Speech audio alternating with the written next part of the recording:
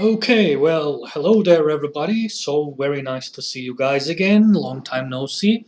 I was in having a holiday, so I couldn't really continue with my videos for too long. So, there was lots of basketball since I was absent. So I think this video is going to be a little bit longer than usual because I'm going to look at three tournaments that happened while I was away. The first one is the was the FIBA World Cup qualifiers. The second one is Eurobasket, and the third one is or was, I should say, the FIBA Americup. Now I'll start from the last one and then go like that. So to start with the FIBA Americup, I watched a couple of games in the FIBA Americup, and to be honest, and since the Eurobasket is also happening at the same time, I wasn't very impressed with the matches. I mean, what I didn't get is why most of the teams didn't actually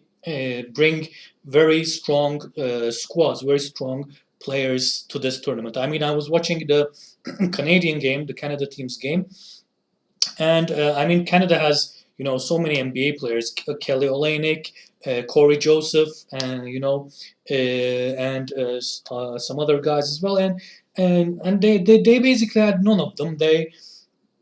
I think they only had like one NBA player in their team, and they still managed to. I think today they're going to play the third place match. But I think this goes to show that many of these teams in the FIBA America Cup are not actually taking this cup very seriously. I mean, they probably think, yeah, it's okay, it's good to win, but it will probably be not the end of the world if they don't win this this tournament. So yeah, it didn't give me the same feeling as I was watching the Eurobasket games. I mean, in the Eurobasket games, the Eurobasket has just been excellent so far. I mean, there's so much emotion, so much physicality, so much, people really want to win the games. But I didn't see the same winning attitude in the, unfortunately, in the Americup game. So in the future, if they want to develop the Americup more, I think the squads, the teams should take the cup a little bit more seriously. I think. I mean, yeah, the final is going to be between Brazil and Argentina. Actually, took the cup quite seriously. They got quite a bit of. I think they have the strongest team in the tournament. I mean, they got like the 40-year-old Delfino, who I thought was actually retired by now. They got the Facundo Campanso, La Provitola, Gabriel Deck, Delia. All the major players are there. So of course it wasn't a surprise, with a strong squadron like this. Everybody was expecting Argentina to reach the finals. They have that, and they will probably end up winning the tournament as well. Now, if we have to go into the Eurobasket, like I said a little bit before, Eurobasket so far has just been excellent. I mean, the group games were excellent. There were several double overtime matches. To be honest, let me give you first my guess as to who would win. I think the final would be, if they don't play beforehand, I think the final will be between Slovenia and Serbia. And Slovenia has a great chance of winning, but like a couple of minutes ago, Finland's message has finished, and I'm very impressed with Finland and especially Lauri Markkanen. He scored 43 points, I think, in the last round 16 match, and Finland, I think, has a big could do a big surprise here.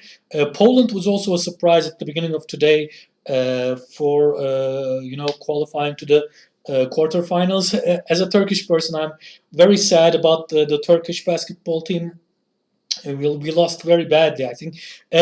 Unfortunately, this is the second time I think Cedi Osman doesn't make very critical free throws at the end of the game. He did the same thing in the 2019 World Cup in a match against the USA as well. So I don't know. Part of me says,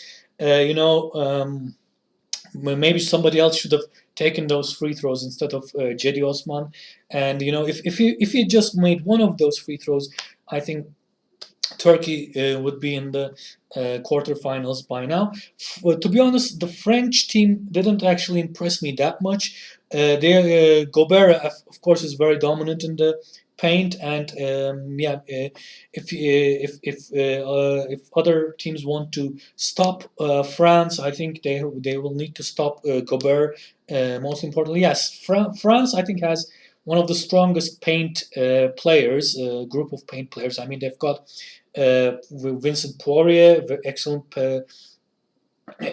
paint player. They got Mustafa Fall. Mustafa Fall played in Turkey as well, so I'm familiar from him. I'm familiar of him in from his games in Turkey as well. Very dominant paint player. The same, of course, as we know, for Rudy Gobert, who himself was selected several times as the best defender in the NBA. So it's a very strong paint lineup. And unfortunately, France's problem is they I think they have a guard problem. I think they needed to bring. De Colo in for this tournament. I don't know why they didn't. So without De Colo, they're I think uh, having problems. They're struggling in the guard department. I mean, Albasi is not really working. Hertel is quite the most experienced player there, but I don't think Hertel currently will make out 40-minute games. I don't know. Tarpe is kind of a surprise, unknown player Tarpe. I'm actually curious, and I don't know why. Maybe it's because of an injury. Why France didn't bring Sylvain Francisco to the squad to this cup? I mean, Francisco always impressed me in his playing with his team in Manresa in Spain. So unless there was some kind of an injury, I don't know why they didn't bring him as well. Serbia is like I mean Jokic and Jokic and Serbia and Doncic and Slovenia. I mean they're very dominant. Greece might have an outside chance if they could get if they could play effective games and if they could maybe produce more points from other players apart from Antetokounmpo.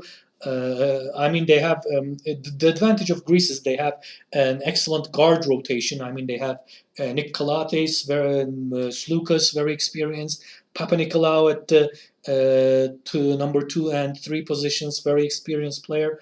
And if they can gel a bit more effectively, Greece would also have an outside chance. I think. Um, any other surprises? No. So basically, yeah, the Eurobasket actually is going without too many of surprises. If we have to say it honestly, so basically all the Germany, by the way, surprised me. Germany is going quite good. I think they might have an outside chance of making it all the way to the finals as well if one of the other favorite teams fail en route in one of the other games.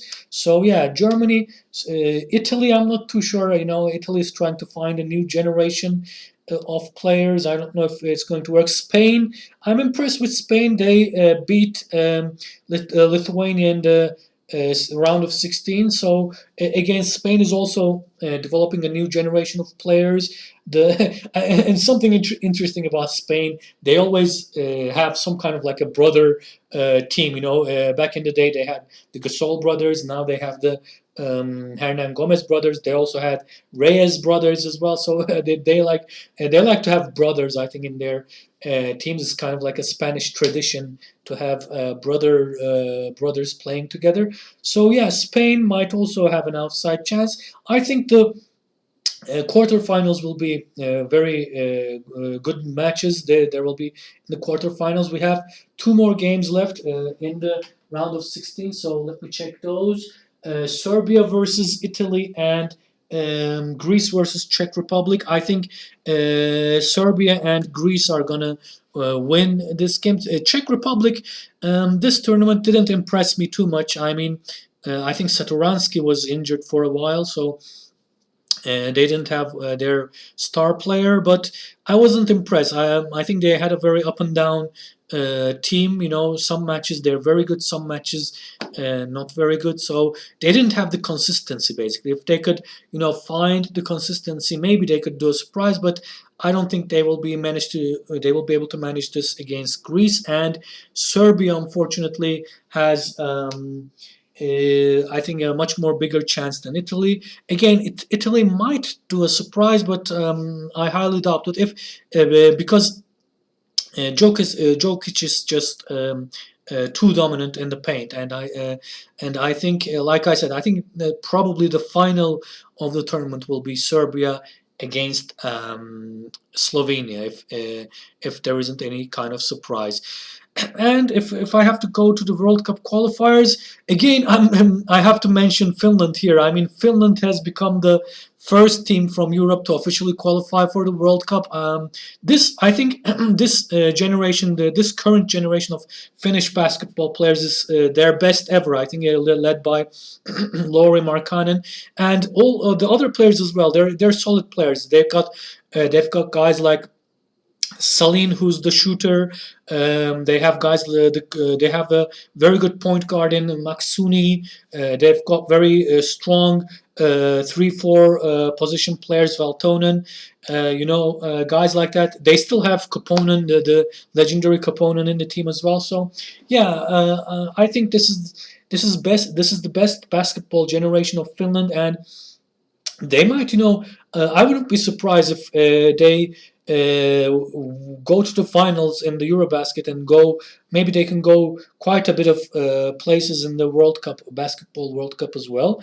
In terms of my country, Turkey, unfortunately, in the last World Cup qualifiers, Turkey didn't play very effectively. We lost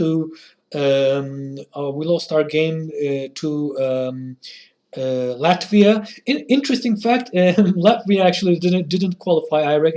I recognized this recently. They didn't qualify for the Eurobasket, so I was surprised. I was surprised not to see guys like Porzingis, the Bertans brothers. Guys like that, and they would have made, I think. The Eurobasket much more interesting. So I was surprised when I heard they weren't going to play in the Eurobasket. That was a surprise. Again, some other players, Cote d'Ivoire from Africa, actually qualified for the World Cup, that was impressive. New Zealand, it wasn't a surprise; they qualified for the World Cup. So I think Lebanon qualified from the Asia group as well. So yeah, some of those are not surprises in the end. So, yeah, thanks guys for listening. Also, of course, in the news, the British Queen has died, Queen Elizabeth. So that was a bit sad as well. My condolences to the British people here. I mean, people, yeah, you don't necessarily have to be familiar, or you don't even have to like the system of monarchy to appreciate a figure like the Queen. I mean, she was like a constant in this world. I mean, the world changed all the time, but the Queen was the one thing that always stayed the same. In fact, for a long time, I thought she was going to be immortal. She was never going to die, but death finds us all eventually. So, like I said, condolences to the British people, to the Commonwealth. Yeah, she was a very, very, I think, important figure in the world in general, and hopefully her legacy will be fulfilled by her sons, her grandsons in the future. And I think in the history, yeah, I think we can basically say that one history book has closed with the death of the Queen, and another history book a new history book has been opened with the coronation of King Charles now, right? So it's, yeah, basically we can say it's a new. We can even consider this like a new historical era as well. So, like that. And thanks again, everybody, for listening. Maybe I'll do a couple of more videos if I can find the time. So, thanks again, and have fun, everybody.